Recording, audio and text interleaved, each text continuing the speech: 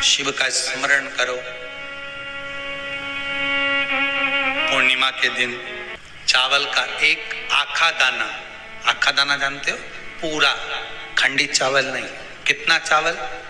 एक दाना चावल का शंकर भगवान के शिवलिंग पर समर्पित करिए। एक बेलपत्र जिसका डंडी का मुख अपनी ओर हो, जहां से चावल चढ़ाया है, उस चावल के ऊपर अपनी कामना कर रख दीजिए और चंद्रमौली भगवान का स्मरण करिए। कौन से भगवान? शंकर भगवान का सर्वश्रेष्ठ सुंदर नाम है चंद्रमौली। चंद्रमौली भगवान का स्मरण करिए। अपनी कामना कर बेलपत्र समर्पित कर शिव जी पर एक लोटा पानी, एक जल पात्र समर्पित करो। कलश से जल चढ़ा दीजिए।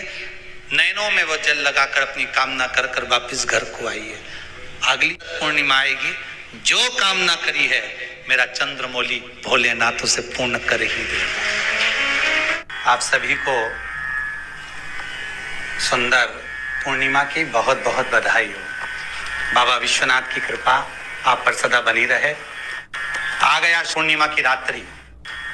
बड़े से बड़ी बीमारियां, बड़े से बड़े रोग, बड़े से बड़े कष्ट इस पूर्णिमा की रात्रि को छूट जाते हैं। दमे की बीमारी, श्वास की बीमारी, अनिद्रा की बीमारी, रात्रि को जगना, ये सारी बीमारियां पूर्णिमा की रात्रि को अगर व्यक्ति अपने जीवन को सुखमय बनाए, अपने जीवन को आनंदमय बनाए तो सब छूट सकते। पूर्णिमा की रात्रि को पीपल के पत्ते 5 लेकर उसके ऊपर खीर डालकर रात्रि को खा लेने से महाराज दमे की बीमारी, श्वास की बीमारी रुक जाती है। वो बीमारी बढ़ती नहीं है, उससे कष्ट नहीं होता। जिन बच्चों के नेत्र कमजोर होते हैं, रोशनी कमजोर होती है, पूर्णिमा के दिन रात्रि को 12 बजे भगवान चंद्रदेव का दर्शन कराइए। 5 से 7 मिनट तक नयन मिलाए चंद्रदेव के साथ और बाद में एक पीपल के पत्ते पर खीर जो चंद्र के नीचे रखी हुई है उसी खीर को चटा दीजिए। फिर चंद्र का दर्शन कराओ, फिर खीर को चटा दीजिए। महाराज नयन की ज्योति बढ़ती है। नींद नहीं आती तो निंद्रा देवी प्रवेश करती है, निंद्रा अच्छी आती है, आनंदित होता है। महाराज जिस व्यक्ति के शरीर में गांठ पड़ जाती हो, शरीर काला पड़ जाता हो, चट्टे पड़ जाते हो या दांत खाज खुजली हो जाता हो, उसके लिए भी पूर्णिमा की रात्रि को 12 बजे महाराज भगवान चंद्रदेव के लिए 21 दिए जलाए जाते हैं। उस 21 दिए की कालोच एक थाली में इकट्ठी करी जाती है। कालोच को इकट्ठी कर शरीर में गाय के घी के साथ में जहां जहां जगह पर चट्टे हैं, गांठ है, वहां लगाया जाता है। उसको 5 या 7 दिन लगाइए। उसके बाद में रोज प्रतिदिन लगाने के आधे घंटे बाद स्नान कर लीजिए, आराम लगना प्रारंभ हो जाता है। आज पूर्णिमा की रात्रि से लेकर कार्तिक पूर्णिमा की रात्रि के बीच में जो दामोदर भगवान का, कृष्ण का, शिव का मंगल आनंद करेगा, अभिषेक करेगा, पूजन करेगा, स्मरण करेगा, उसके सारे दुख दरिद्र दूर हो जाएंगे। रात्रि को आप बड़े प्रेम से खीर बनाओ, चंद्रदेव की साक्षी में रखो, भोग लगाओ भगवान श्री हरि को। बन सके अगर लक्ष्मी की कमी है, लक्ष्मी नहीं आ रही है, व्यापार नहीं चल रहा है, तकलीफ बहुत ज्यादा है, घर में कष्ट है, कर्जा ज्यादा है, तो एक तांबे के कलश के ऊपर, तांबे के कलश में पानी भरना, कटोरी रखना, उस पे लक्ष्मी जी की मूर्ति रखना। लक्ष्मी जी की मूर्ति नहीं हो तो चांदी का सिक्का रखना। उसके सम्मुख में आप 31 दीपक घी के लंबी बाती के जला देना। महाराज एक एक कमल गट्टा उस 31 दिए के अंदर डाल देना और लक्ष्मी जी का पूजन करना, लक्ष्मी जी का स्मरण करना, खीर का भोग लगाना, पान के पत्ते पर खीर रखना, 5 पत्ते पर खीर का भोग लगाना और माता लक्ष्मी से विनती करना। सुबेरे 4 बजे तक वो रखे रहने देना। सुबह 4 बजे वो उठाना, लक्ष्मी को वापिस तिजोरी में या सिक्का हो तो उसको अलमारी में रख देना। जो खीर बनी है वो प्रसाद के रूप में सुबह 8 बजे, 10 बजे, 9 बजे जब खाना हो प्रेम से पाना। माता जो दिए लगाए हैं वो ठंडे हो गए होंगे, उनको रखे रहने देना, बाद में काम आते रहेंगे, या दिए विसर्जन करना हो तो आपकी मर्जी है। पर वो मिट्टी के दिए लगेंगे, आटे के दिए नहीं लगेंगे, मिट्टी के दीप लगाना है आपको। 31 घी के दिए लगाना है। लक्ष्मी जी का पूजन करो, कंकु, चावल, हल्दी, मोली से सब तरह से। पूर्णिमा की रात्रि को सुख मिलेगा, आनंद मिलेगा, लक्ष्मी की वृद्धि होगी, कार्य सिद्धि होगी।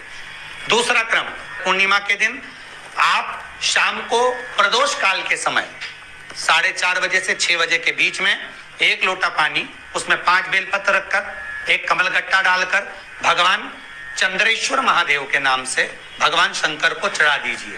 आपकी जो कामना हो वो कामना कर चढ़ाएं, विनती करें चंद्रेश्वर महादेव को और निवेदन करें कि हमारा ये कार्य सफल हो।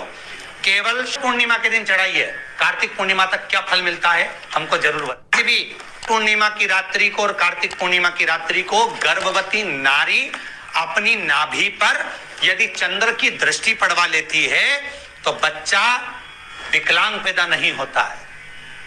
गर्भ से जो बालक होगा श्रेष्ठ होगा, विद्वान होगा, चतुर होगा, पढ़ने में होशियार होगा, क्योंकि ये चंद्र की किरणें जब समुद्र में उछाल ला सकती हैं तो आपके जीवन में भी तरक्की ला सकती है, उछाल ला सकती है। क्यों करा जाता है पूर्णिमा का व्रत?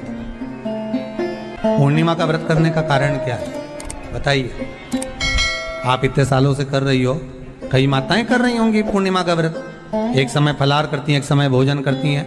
भोजन में खीर का होना जरूरी होता है पूर्णिमा के व्रत में, दूध की सामग्री होना जरूरी होती है पूर्णिमा के व्रत में। 12 महीने की पूर्णिमा करो, मना नहीं है। और पूर्णिमा उठाने का भी समय होता है। चैत्र के महीने की जो पूर्णिमा होती है, चैत्री पूर्णिमा पहली पूर्णिमा मानी जाती है, इसलिए चैत्री पूर्णिमा को सिद्ध पूर्णिमा कहते, कार्य सिद्धात्री पूर्णिमा कहते, सिद्ध करना। मनोरथी पूर्णिमा कहते, मनोरथी पूर्णिमा। इसलिए पूर्णिमा का व्रत कहां से उठाया जाता है? चैत्र के महीने की पूर्णिमा से पूर्णिमा का व्रत उठाया जाता है कि मैं महीने की पूर्णिमा करूंगी तो चैत्र पूर्णिमा से उसको उठा लिया जाता है। पर उसका एक नियम रहता है, आप फलाहार करें अपनी जगह पर है, पर एक समय भोजन कर रहे हैं वो अपनी जगह पर, भोजन के साथ में मीठे के साथ थोड़ा दूध की सामग्री होना जरूरी होती है। और क्यों करते हैं पूर्णिमा का व्रत, किस लिए किया जाता है, क्यों करा जाता है, उसका व्याख्यान वर्णन शिव महापुराण के अंतर्गत स्कंद पुराण में लिखा गया। स्कंद पुराण में वर्णन किया है श्री वेदव्यास जी महाराज ने। कहा ये पूर्णिमा का व्रत इसलिए किया जाता है कि व्यक्ति का जब मन गलत भ्रम में जाने लगता है, मन जब गलत जगह पर जाने लगता है, तो ये मन को गलत जगह पर ले जाने वाला कौन होता है? तो कहा ये चंद्र होता है। व्यक्ति की राशि के अंतर्गत, व्यक्ति की पत्रिका के अंतर्गत, व्यक्ति की ग्रह दशा के अंतर्गत जब चंद्र बेकार चलता है तो व्यक्ति अच्छा करते करते भी बेकार करने लग जाता है। चंद्र डोल रहा है। कई माताएं कहती हैं गुरुजी हमारे बेटे को आशीर्वाद दीजिए, बहुत गलत संगत में जा रहा है, मतलब समझ जाना कि चंद्र गड़बड़ जा रहा है। बेटी अगर गलत मार्ग पर जा रही है, बेटी अगर गलत संगत में जा रही है, किसी अन्य व्यक्ति की ओर आकर्षित हो, चंद्र गड़बड़ हो रहा है, उसका चंद्र कहीं जा रहा है। कोई पुरुष, कोई लड़का, कोई गलत मार्ग पर जा रहा है, चंद्र गड़बड़ हो रहा है। घर में जो क्लेश उत्पन्न होता है, घर में जो विवाद उत्पन्न होता है, उस विवाद को रोकने के लिए केवल चंद्र की ही, इसलिए तो पूर्णिमा घर की नारियां हमारे यहाँ हिंदू धर्म में यहाँ तक स्कंद पुराण में कह दिया कि प्रत्येक पूर्ण, आप लोग कभी आप लोगों ने सत्यनारायण जी की कथा करवाई है? जितने लोग आस्था चैनल पर कथा सुन रहे हैं, जितने लोग फेसबुक यूट्यूब पर कथा सुन रहे हैं, यूट्यूब पर कथा का श्रवण कर रहे हैं, उनने कभी सत्यनारायण की कथा करवाई होगी। तो उसमें लिखा है हर कार्तिक, हर पूर्णिमा को, हर संक्रांति को